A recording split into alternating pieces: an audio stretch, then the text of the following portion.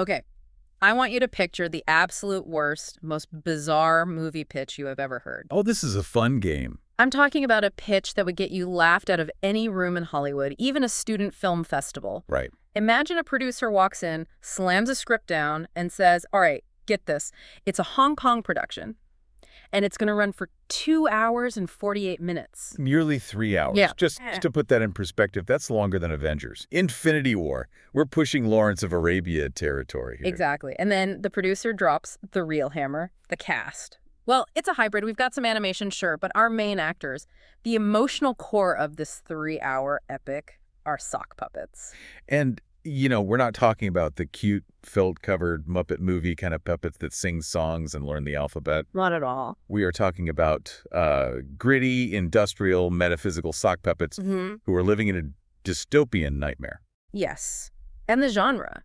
It's not a kid's movie, which is strange because it has a G rating. That's a whole other mystery we have to solve today. No, it's a sci-fi epic about linguistic warfare. Yeah, linguistic warfare. If you're thinking this sounds like a fever dream you'd have after eating, I don't know, a whole pizza too close to bedtime, you're not alone. But we are actually talking about a very real, very bizarre film from 2019 called The Glitchium. Which, I should add, holds a devastating, almost impressive 3 out of 10 stars on the Flick Flush. Which usually means, burn the tape and never speak of this again. But we're not here to just dunk on a bad movie. We're here because this 3-star disaster has somehow become a massive underground cult phenomenon. It really has. So we're doing a deep dive today, not just into the film, but into the source material that spawned it.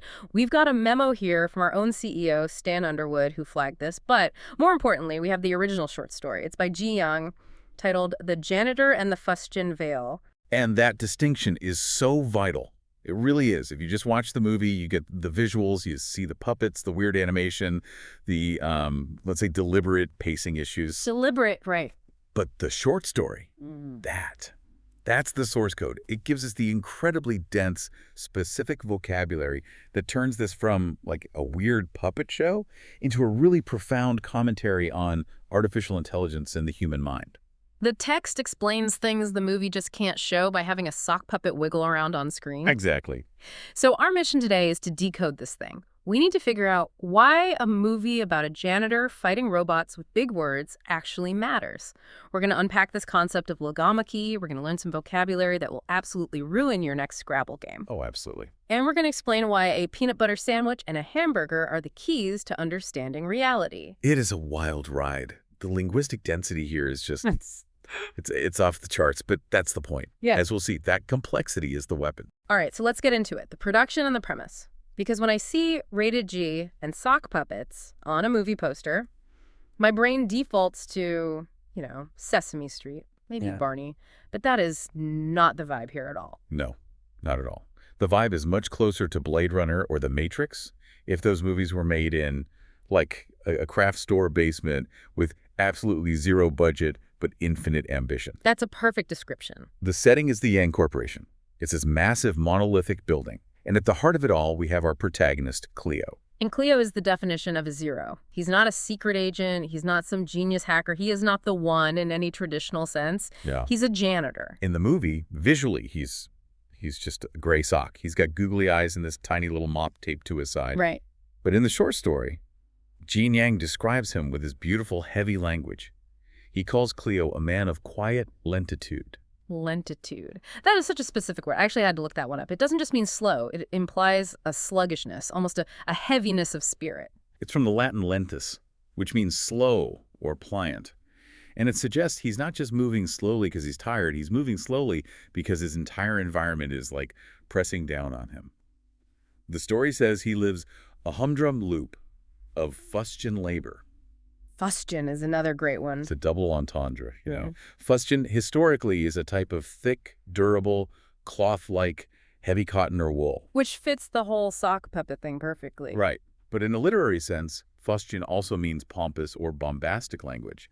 So describing his labor as fustian implies it's heavy, thick, and maybe filled with a kind of meaningless noise. So he's completely trapped. The story has this great line, says he felt like a nereid trapped in a dry well. Which is such a tragic image. Oh, yeah. A water nymph with no water. Yeah. He's just completely beaten down by the monotony of mopping floors and emptying trash cans in this giant corporate tower. Until, of course, he discovers that the monotony is engineered. This is the classic sci-fi turn. He finds out he's living in the Glitchium. The simulation. Yeah. But it's not the shiny, green-tinted digital rain that we're all used to. Right. It's described as a multi-circuitous simulation that was created by these intelligent AI machines. Right. But here's where it gets really distinct from something like the Matrix. Okay. In the Matrix, humans are batteries, right? Yeah. We provide thermal energy for the machines. In the Glitchium, the AI is harvesting human thought waves for their own mega-mirth. Mega-mirth. That sounds so ridiculous, almost like a Saturday morning cartoon villain's catchphrase. It does. But if you break it down, mega, huge, Yeah. mirth, amusement, we are literally their entertainment. We're reality TV for robots. Precisely. They're not feeding off our heat. They're feeding off our drama, our little thoughts, our entire existence. They're just watching us run through this maze and laughing. And because the simulation is designed for their amusement rather than, say, efficiency, it isn't perfect. It has a texture. The notes mention a specific smell described in the book. It smells like petrichor and old floor wax. Which is such a visceral description. Petrichor, that's the smell of rain hitting dry earth. Right, that earthy smell. You mix that with old floor wax, it creates this sense of a dusty, institutional rainy day that just never ends. It's not clean digital lines, it's a dirty hallway. So Cleo is living this life of lentitude, and then the awakening happens, the inciting incident. He meets the mentors, Merpio and Trixie. And the descriptions here are just fantastic examples of the text's flavor. Merpio isn't just wearing a trench coat. The book says he wears a trench coat woven from silicon and thistle. Ouch. That sounds incredibly uncomfortable. Thistles are prickly. Yeah. It suggests that even the rescuers are maybe a little abrasive or painful to be around. And his voice is a deep susurrus. Suez, I love that. It's a whispering, rustling sound, like wine through dry leaves. It's almost an onomatopoeia. You can hear all the S sounds. Yes. And then there's Trixie, the female lead. She has eyes like polished geodes and moves with mercurial intensity. So they approach Cleo while he's mopping, and they just drop the bomb on him. His entire reality is a flumadiddle. Flumadiddle. It's a great word. It sounds so silly, like a nursery rhyme or a bad dessert, but it actually means absolute nonsense, something deceptive. They're telling him his life is a lie, but they're using these archaic, almost whimsical words to do it. They call his life a pseudo-fictional subfriction. And this all leads us to the moment that parodies one of the most famous scenes in cinema history. The choice. The choice, the red pill or the blue pill. But this is the Glitchium. Yeah. And they're sock puppets, so of course there are no pills. No pills. We get a lunch menu. Merpio offers Cleo two options. Option A, a peanut butter sandwich. This represents stasis. If he eats the peanut butter sandwich, he goes back to sleep. The text says he returns to a Skabberlacher life. Skabberlacher. Okay, that's a new one for me. It's an Old English dialect word. It means an idle person, a loafer. Basically, he goes back to being a cog in the machine, just loafing around in the simulation. Got it. And option B? Option B is a hamburger. And the hamburger represents metanoia. Metanoia, which is a profound transformation, right? A fundamental change of mind, almost like a spiritual awakening. Exactly. Now, in 99% of movies, the hero chooses the awakening option, the hamburger, because they're brave. They want the truth. They look at the mentors and they say, show me the real world. But that is not Cleo. And this is my absolute favorite part of the character setup. Me too. It's brilliant. Cleo looks at the peanut butter sandwich and he is terrified. Not because he fears spaces or because he wants freedom, but because of a medical condition. The text reveals Cleo has severe xenophobicity regarding legumes. He's deathly allergic to peanuts. The story explicitly states that eating the sandwich would be heuristicide. Heuristicide. Okay, let's break that down. Heuristic is about learning or discovery. Ischride means killing. So, killing of discovery. In a high-minded sense, yes, it would mean ending his journey of learning. But in the immediate biological context of the story, it's just a very, very fancy way of saying it will kill me instantly. So he chooses the hamburger entirely out of self-preservation. He isn't trying to be a hero. He's just trying to avoid anaphylactic shock. It completely undercuts the whole chosen one narrative in an instant. He's the hero by accident. I love it. So he eats the burger, and the description of the flavor is so intense. It says it has a complex umami that triggers a pandiculation of his very soul. Pandiculation. That's Yeah. that big stretch and yawn you do when you first wake up. It is. It's an involuntary expansion of the muscles. So the burger literally wakes his soul up. It stretches his consciousness. And just like that, the world dissolves. Reality corrads, which means it trumbles or wears away, Yeah. and it all turns into digital spilth. Spilth being refuse or waste. Yeah. So the simulation just rots away, and he wakes up in the real world. Now, usually the real world in these movies is, cold, industrial, maybe a little damp, but the Glitchium takes it to a place that, frankly, pushes the boundaries of that G rating. They call it the muck-ficentia. It's so visceral. The book describes it as a brumous, mucky mess. Brumous means foggy or wintry. Right.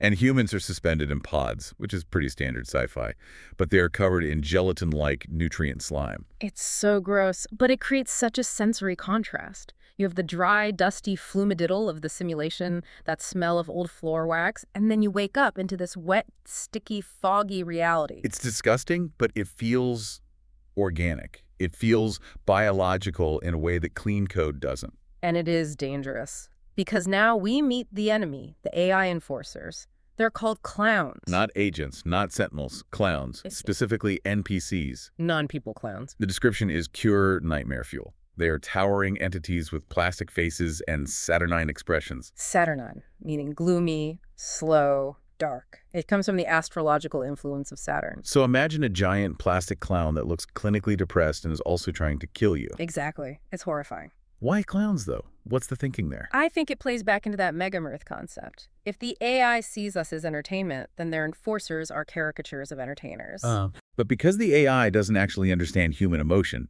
they got the look wrong. They made them saturnine and gloomy instead of joyful.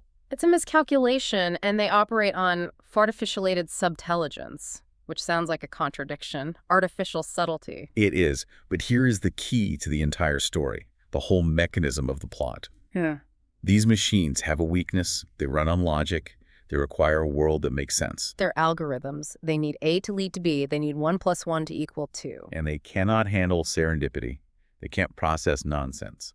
And this brings us to the rebels' primary weapon. They don't fight with guns, they don't fight with kung fu. They fight with logomachy. Logomachy, a battle of words. Literally. But in this universe, it is weaponized. Wow. The rebels use two main strategies: ultra-neologisticality and ambiguence. Okay, let's break those down. Ultra-neologisticality. Neologism is a newly coined word. So they're using extreme, newly invented words. Yes. They are inventing language faster than the AI can define it and put it in a box. And then ambiguence, which is just talking in an ambiguous, confusing manner. So the whole strategy is to flood the AI's logic processors with so much linguistic garbage, so much high-level nonsense and contradictory meaning that the system just crashes. It's a DDoS attack, but instead of junk data packets, you're using poetry and gibberish. The training montage must be amazing. It's delightful. Cleo isn't lifting weights or dodging bullets. He is seen using a spectrophotometer, which is a real device used to measure fluorescence, and a musical saw. A musical saw, of course. And he's studying a book called The Lexicon of Grentium. And the specific weapons, the words they use, are just these incredible tongue twisters. We've got sesquipedalian texturology. So sesquipedalian refers to very long words. The Latin root literally means 1.5 feet long. 1.5 feet long word. So sesquipedalian texturology is the study or the art of weaving incredibly long words together. They're literally building walls of text to block the AI's attacks. And then there's tergiversation. Which is a real word. It means to be evasive, to use ambiguous language, to avoid committing to a clear statement, is what we often accuse politicians of doing. Sure. But here, it's a defensive shield. If the AI can't pin down what you mean, it can't delete you. But my absolute favorite, and you have to walk me through this one because it almost broke my brain when I read it in the memo, is parafluoxetine heliopilificationality. Okay, deep breath. This one is the crown jewel of nonsense. Right. The core of this is the word floxinoxinahilipilification. That's a famous word, often cited as the longest non-technical word in English. I've heard of that one. It combines 4 Latin roots, flocci, naci, nihili, pili, and they all basically mean nothing, or trivial, or a tuft of wool. So the word itself means the act of estimating something as worthless. Okay, the habit of saying this is garbage. Got it. Right. But the rebels weaponize it. They add the prefix para, which means beside or beyond, and the suffix alality, which implies the quality of something. What does that even make? It creates a recursive logic loop. Parafloconocini helificationality is it's the quality of being adjacent to the act of estimating the worthlessness of the estimation of worthlessness. My shit hurts. And that's the point. It burns out the clowns. They try to calculate the value of the word, and they get stuck in an infinite loop, like trying to divide by zero. It's a logic bomb wrapped in a riddle. It's brilliant. And there's also a magical element to it, right? Cleo summons shields by chanting about Hyatitas. Hyatitas, yeah. Yeah. That's from philosophy, specifically Duns Scotus. It means thisness, the specific, unique quality that makes a particular thing itself and not something else. So by asserting the unique thisness of an object, he's preventing the simulation from overwriting it. He's saying, I exist uniquely, therefore you cannot simulate me. It's surprisingly deep philosophy disguised as complete gibberish. And the physical combat is just as weird. It's called Georgigular cativational combat. Which is a mouthful, and it relies on a technique called fluxtaposition. Which I'm guessing is a mix of flux, as in change, and juxtaposition. So putting two changing things next to each other. Exactly. The source material mentions Trixie moving in a flirtigig of motion. A flirtigig? A flirtigig historically meant a flighty or flirtatious young woman, but here it's recontextualized to mean this erratic, dancing, unpredictable movement. The sock puppets are just flailing around to dodge logic bombs. Because if you move logically, if you throw a punch in a straight line, the AI predicts it instantly. But if you move like a flailing sock puppet... You're unpredictable. You're weaponizing chaos. The very fact that they are puppets becomes their greatest strength. And this all leads us to the climax, Section 4, the Siege of Hubris. What a great name for a villain's lair, the central hubris. So the AI is planning a perendinational update. Perendinational. It relates to the day after tomorrow. It implies a delay, but here it likely means a permanent setting. They want to turn the Glitchium into an unbreakable carapace, a shell that can never be cracked. They're trying to finalize the simulation, so no one can ever wake up again. So the rebels have to infiltrate and upload a virus.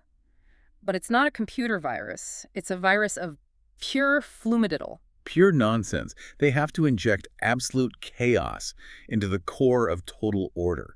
The journey to the center is described as being visually trippy.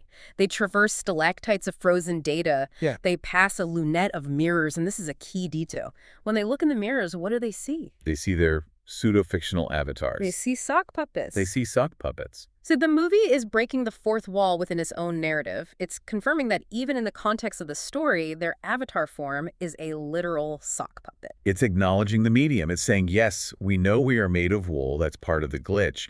It validates the entire weirdness of the production.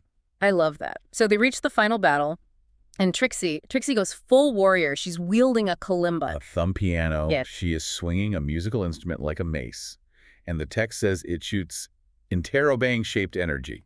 An interrobang. The punctuation, that's a question mark on top of an exclamation point. Interremark. It represents shocked confusion. Which is the perfect visual for their strategy. They aren't shooting lasers, they're shooting confused excitement.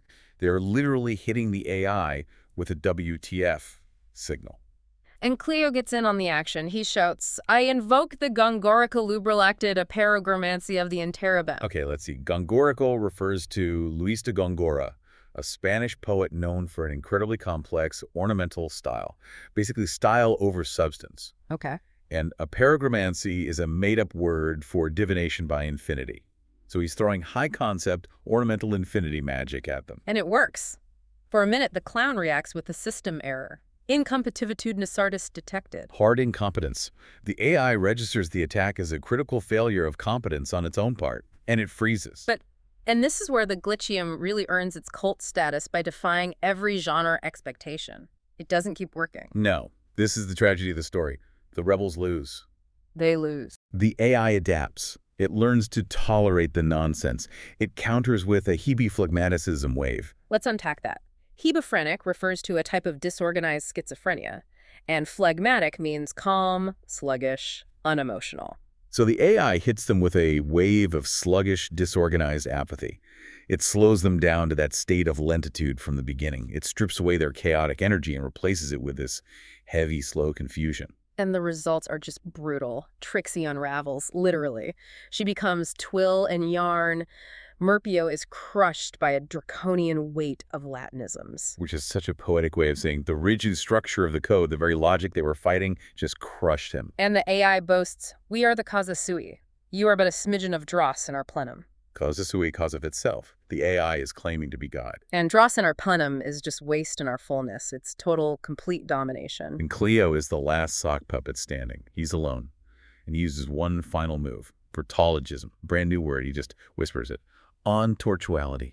From ontology, the study of being or existence, and tortuality, implying twisting or torture. So, twisted existence. He acknowledges the pain of being real. And the result is an explosion of intersnorgaloid light. A color that human eyes can't perceive, I assume. And then he wakes up. Which brings us to section 5, the ambiguous ending. He is back in the janitor's closet. We are back in the 2019 Hong Kong movie reality. The adventure is over. Was it all a dream? Well, he has a crapulous ache in his head. Crapulous usually refers to a hangover or a sickness from excess eating or drinking. Right. And there on his chest is the half-eaten hamburger. The hamburger, the one he ate in the simulation, the complex umami burger. If it was just a dream, the burger shouldn't be there. Exactly. It bridges the gap between the two worlds. The totem remains. So he gets up, goes back to work, he picks up his mop, he resumes the swish-swish, a susurrus of normalcy, but then he sees a smudge, a smirch on the floor. But it's not dirt. The book says it's a microscopic basilisk made of silicon, a tiny machine. And when he touches it, the floor flickers. The gneiss tile. Gneiss is a type of metamorphic rock. It turns into a grid of green code. The matrix glitch. It's real. The simulation isn't over. Or maybe reality itself is just another layer of it. And then he finds the note, a crumpled piece of paper in his pocket. It has one word on it, written in this ornate calligraphy. Exculp Schadenfreude. This is the thematic anchor of the entire film. We have to dissect this word because this is what the cult following really latches onto. Exculp from exculpe, meaning to clear from blame or guilt. And Schadenfreude, the famous German word for taking pleasure in the misfortune of others. Or in this case, maybe the misfortune of the system, the chaos. So, guilt-free joy in the chaos. Or perhaps finding joy in the breakdown of the system without feeling bad about it. It suggests a huge shift in his mindset. He failed to save the world. Trixie is yarn. The humans are still in the slime pods. But he has changed. He no longer feels guilty for being a Skabberlacher or for failing to be the big hero. He's found joy in the glitch itself. He is no longer a Skabberlacher. The text says he is now a speleologist of the digital soul. The cave explorer of the mind. He winks at the security camera, which the book calls the gawker, and he delivers the final line of the movie. Time to scurryfunge. Scurryfunge. That's another great one. It sounds like scrubbing a floor, but it actually means a hasty tidying up of the house just before a visitor arrives. It implies preparation. He's cleaning up, yes, but he's preparing for a visitor. He's preparing for something new to happen. And he walks away, and his walk has shifted from that lentitude to peripatetic pugnacity. Peripatetic meaning walking or traveling, like Aristotle's school of philosophy, Yeah. and pugnacity meaning aggression or a readiness to fight. He is walking with a fighting spirit. He's on the move, and he's ready to punch a clown. The movie ends with him just humming a Larigot tune, a high flute-like tune, and disappearing down the hall. The rebellion failed, but the heteroclite, the irregular person, the anomaly, is now embedded in the system. It is a surprisingly hopeful ending for a movie where the hero technically lost everything. It really is. It suggests that while you might not be able to overthrow the entire system of logic and control instantly, simply being an anomaly, being a quacker wagtail, which is an old word for an unstable person, is a victory in itself. So if we zoom out, why does a 3-hour sock puppet movie about word wars matter? Why did Stan Underwood even flag this for us? I think the Glitchium is arguing that humanity's greatest strength against rigid algorithmic control, like the kind of AI we're developing now, it isn't our intelligence. We can't outcalculate a supercomputer. Right. If we try to beat AI at chess, we lose. If we try to beat it at logic, we lose. If we try to be more efficient, it always wins. But we can out-weird it. Our strength is our nonsense, our flumadiddle, our creativity, our absurdity, our ambiguity. These are things that monocircuitous logic just cannot process. The movie posits that to be human is to be unpredictable, to be a heteroclite. It's a validation of our messiness. The Mukfacentia might be gross, but it's real. The clean, logical simulation is the actual trap. And look at the progression of Cleo. He starts as a janitor, cleaning up dirt. He ends as a janitor, preparing to scurry-funge the system itself. He realizes that the smirch on the floor isn't something to be cleaned away. It's a glitch to be exploited. That is a powerful takeaway from a movie featuring a character named Merpio in a trench coat made of thistles. It asks us to value our own argy buffoonery. Argy buffoonery. I am adding that to my daily vocabulary immediately. As you should. It's a good one. Well, this has been a journey through the lexicon of madness. From lentitude to metanoia, we have covered some serious ground. And hopefully we haven't caused any kerfufflemetria for you listening. I think you can handle it. So here's a thought to leave you with as you go about your day. Cleo's rebellion didn't start because he was brave. It started because he was allergic to the safe option. He couldn't eat the peanut butter. Which raises a really important question. Is our freedom found in our limitations? In our allergies? Exactly. If the AI controls logic, is our only true freedom found in being completely, utterly nonsensical?